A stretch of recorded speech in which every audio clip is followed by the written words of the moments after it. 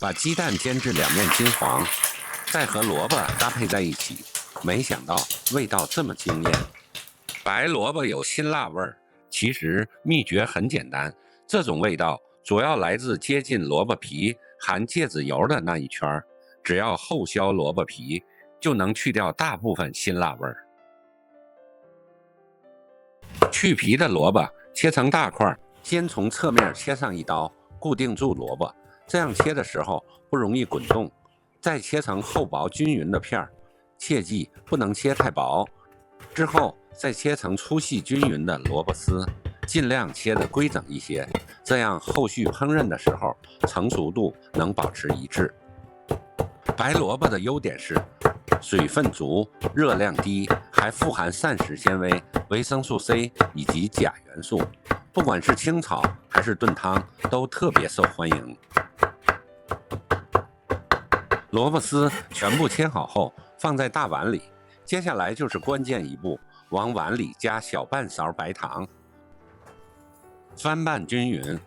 白糖能中和蘿蔔自帶的苦澀味，喝起來完全不澀口。這可是飯店不外傳的小技巧，大家一定要記好。現在切點蔥薑蒜，大蒜拍扁切末，薑切末，蔥白、蔥葉分開切備用。接着準備一個小碗，打入幾個雞蛋，雞蛋的數量根據家裡的人口來定就可以。成年人每天至少吃2個雞蛋，對身體健康很有好處。鍋中加入比平時炒菜多一點的食用油，油溫燒熱後，把雞蛋液倒入鍋中，先把雞蛋煎一煎，煎到兩面金黃，煎出香味兒。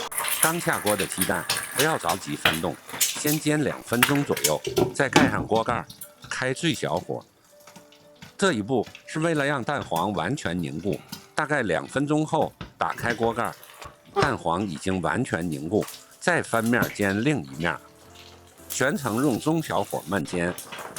煎制期間輕輕搖動鍋底，讓雞蛋受熱更均勻，最終煎至兩面金黃即可。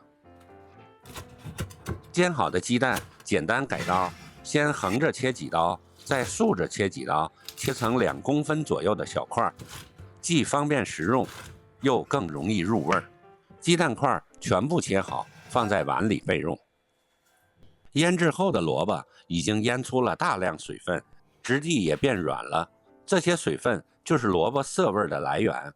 這裡不用加清水，直接用力把蘿蔔絲的水分擠乾，盡量擠得乾一些，口感會更好。